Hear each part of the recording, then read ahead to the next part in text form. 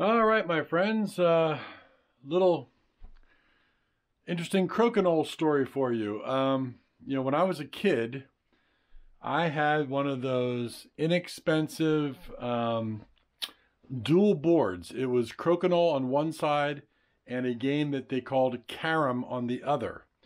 And I can remember in the late 60s and into the early 70s, I played those games nonstop.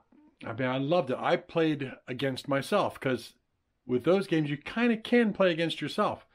I loved it. And of course, life goes on. You grow up, you forget about a lot of those things. And in this day and age, most people, most young people are not into board games or anything outside of electronic devices, electronic on their cell phones or on the computer or whatnot. So, playing family board games or board games at all has kind of left the scene in many ways, and that's kind of sad. Well, about 3 months ago, as the pandemic was in full force, I was just cruising around the internet, and I came across some YouTube videos and some posts and things about people playing Krokinole. And I was like, oh my God, Krokinole, look at that. And the first thing I noticed was that the boards were really, really well made, really cool looking Krokinole boards. And so I did some research. I looked around and I found a company online. And there's a lot of companies out of Canada, not a lot, but there's a few companies out of Canada that make Krokinole boards. There's one or two in the US that I could find. But it seemed like the really good boards were coming out of Canada. So I was thinking, well, yeah, maybe I'll get a Krokinole board. Old times, relive it, why not? I started looking, and these boards could be expensive. They're handmade, they're high quality, they're big, heavy pieces. These are like heirloom pieces. These are things that you would pass down, to generations. And most of these boards are running on average from $350 all the way up to $650. I was like, Krokinole? But I found a company in Canada that was listing some boards that were a little cheaper because they had a small defect in them. A defect that didn't affect the playing surface whatsoever, but in the scheme of a really nice Krokinole board, it cut the cost off. So I found a board that was, I don't know, $325, and because there was a tiny little defect in it that didn't affect the playing area, it was listed at $225, and I bought it. And I'll show you the defect and whatnot here momentarily in the board that I got, but I brought it home and I showed it. I brought it home. It was mailed to me.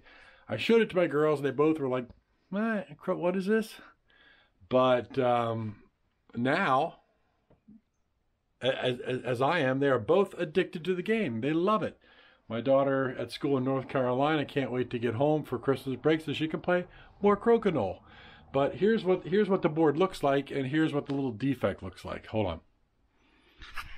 All right, so this is the Krokinole board that I got out of Canada. As you see, it's a beautiful board. It's really well made. I mean, it is heavy. That's a heavy board. What's this called? Lucrest woodwork. Just gorgeous wood. Just sanded down to just a silky smooth finish. And then here is this tiny little defect. If I can zoom in on it, right? That tiny little dent right there. And that's not even on the playing surface. This is everything above this line is really the playing surface. This is just where the discs or the pucks go off whenever you're playing. So this board is what I got out of Canada for $225. Now, fast forward about 2 months of playing Krokinole with this board with my daughters and just loving it, having a great time. I'm just online and I'm looking at YouTube videos. There's actually, Krokinole championship tournaments. And there are YouTube videos as how-to. It's not a difficult game at all, so the how-to videos are pretty simple. But I was starting to notice that some people had some very cool, ornate, laser-etched Krokinole boards. It looked kind of like the Krokinole board I got, but there was some really cool etching and things, or maybe a little logo or whatnot. And I said, that's really neat. I said, well, I wonder what I could do for a custom board, you know. And I thought to myself, well, you know, I love music. I own Pop Detective Records. Maybe there's something I can do with music, you know, for a custom Krokinole board. But first, I had to find out who does custom boards. I found one company in the U.S. and I found, I think, 2 places in Canada. But one place that I found really stood out, and I contacted them to see if it was possible to do a custom Krokinole laser etched board. And they were, well, what do you want to do? I really wasn't sure at the time, but the more I thought about it, the more I thought, well, I want something that is really different, something that really stands out. And my thoughts went to one of my all-time favorite bands and a very iconic logo from that band. I said, you know what, I'd love to do a custom Krokinole board having to do with the band Klaatu. I said, okay, well, Klaatu, boy, the Klaatu Sun from their first album, and it's been used in, you know, some other kind of graphic arts for the band, would be really cool. So, you know, I found online like a JPEG of a stripped down graphic version of that sun, and I sent it to this maker in Canada. Did laser etching Krokinole boards, and they took that thing and they projected it as to how big it would be on the board, and it looked terrible. It was washed out, it was pixelated because it wasn't high resolution. And they said we need a high resolution file of this. Well, you know, this original artwork is from 1976. They didn't do things in high res. You know, it was hand drawn or hand done artwork, which was photographed and then used for, you know, album covers and things. So I said to myself, well, what can I possibly do? And I contacted some Klaatu associated friends and fans and whatnot, and nobody had a high res image. And I thought to myself, well, you know, that's it for that. If it's not high res, it's not going to look good. And then an idea popped into my head. I said, you know what? I know Ted Jones. I know the original artist who did the original artwork for that first Klaatu album. I said, let me drop him a message and see if he's got a high-res image. So I contacted Ted, and Ted's like, well, you know, that was all hand done, and there's no high-res image. What do you need it for? And I said, well, I have this idea about doing a Krokinole board using some Klaatu stuff, you know, but I thought the logo would look kind of cool on it. He said, well, that's a pretty neat idea. Now, he's Canadian, so he knows Krokinole, you know. But he said, but I don't have it in high res. It wasn't done in high res. It is what it is. So to me, that was the end of the conversation. Well, a day later, Ted sends me a completely redone, completely new hand-drawn high res image of the Klaatu Sun. He said, here, I hope this helps. And I was just like, whoa, Ted, thanks a ton, buddy. And I sent it off to the, you know, this guy in Canada for the Krokinole board, and he was blown away. A, because he's Canadian. B, he knows Klaatu. He has the first album. Didn't know that there were 4 albums after that or so. And so he thought this was going to be a cool project. So let me end this little clip right here. We'll come back and talk about more. So now I'm sitting down. So we started to get into this whole idea, and of course he blew up the high-res image and projected it onto a size of a board and things where we wanted it, and he said, it's going to look great. You know, the lines fall in together wonderfully, and I was like, oh, awesome. So he did that, and then we started playing around again. Now, I showed you on the original board that there's that well around the edge where the pucks fall into. So I decided, well, you know, this is going to be the Klaatu Sun. It's from their first album. What if I really enhance this thing? And all around the inside of that well, what if I put the song titles from that album in there? And wouldn't that look cool? And I called the guy, and he was blown away by the idea. And so he was playing around with things and whatnot, playing around with fonts and things to make it look good. And he sent me, you know, now this updated version of the board with the sun, with the song titles. Ah, this is awesome, I said. So we're progressing on that. Now he says to me, how about the back of the board? Do you just want me to laser engrave like a chessboard or a checkers board? That's kind of what everybody does. It's kind of, I said, nah, it's a little hokey with the whole thing we'd like to do. I think we'll just leave the back plain. Well, not too long later, after that, he comes back to me and he goes, "Hey, listen, Klaatu had that mouse on the cover of that first album. They were known for that mouse. What if we put a little mouse on the back?" I said, "Oh, that would be awesome. A great idea, my friend." So it was his idea to put the Klaatu mouse on the back of the board down the bottom. So now my mind started twisting around. So what else can I do in the back of the board since we're talking about it, right? So I said to him, "Well, can I take the opening lyrics of the most iconic song on that album, Calling Occupants of Interplanetary Craft, and on the back of the board, can we put a snippet of that lyric? Can we put Calling Occupants of Interplanetary Craft or something, you know?" And we played around with it a little bit, and we finally decided to just start with how the lyrics started, and just put on, "In your mind you have capacities, you know, to telepath messages to the vessel," and all that. And I said, "Oh, it'd be great." So we'll put that on there too. That'll be on the back of the board. And then, you know, as Klaatu did with their music, they always took it over and above, as Terry Draper would say. I said, what else could I do? So I decided, well, the album was officially titled 347 EST, which was the day that the spaceship landed on, it was the time that the spaceship landed on Earth, in the day the Earth stood still. That's where Klaatu got their name.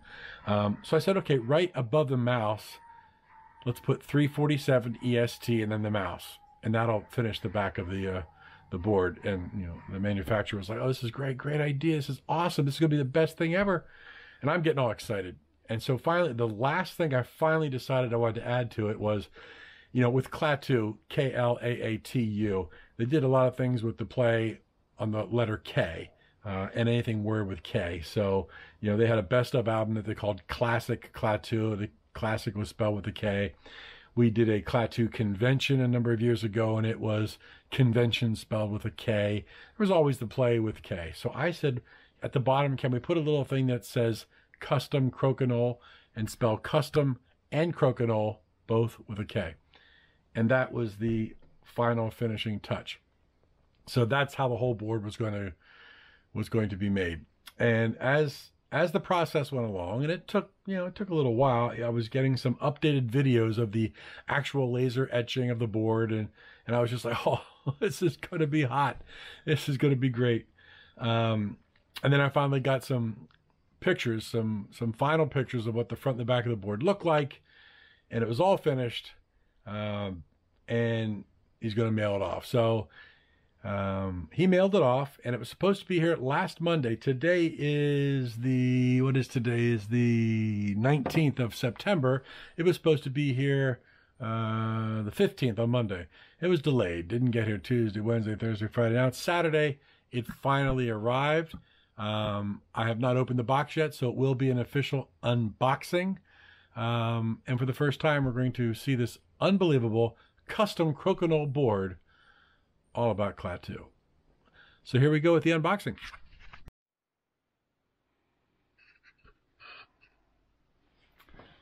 All right, well, here is the box. And one of the reasons that I wanted to do this boxing on video is because it just arrived, and there is some damage to the box. You can see a big gash up here. There's a big gash here in the corner. There's a couple things in the back that show that. I've taken regular pictures of it, but I'm hoping upon hope that there's actually nothing wrong with the actual board. But we're going to see, as I'm going to open it right now. This is the little, it's the mailing packing slip. I should take that out. Yeah. It's all good out of Larry Haines. It's awesome. So, we'll put that there. And let's see what we got. I'm going to be very careful. Now I know he did wrap this up nicely in the inside with padding and plastic and whatnot. So going along here, I should be fairly safe with it all. So I don't actually scratch the board or anything like that.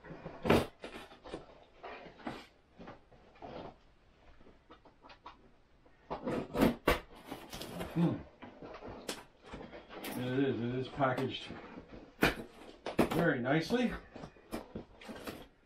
I have to say.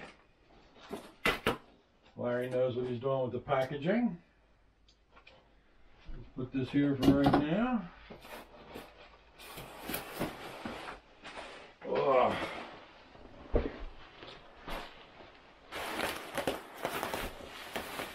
Out it comes, and we're gonna check it out. All right, let's see what we got. Box out of the way.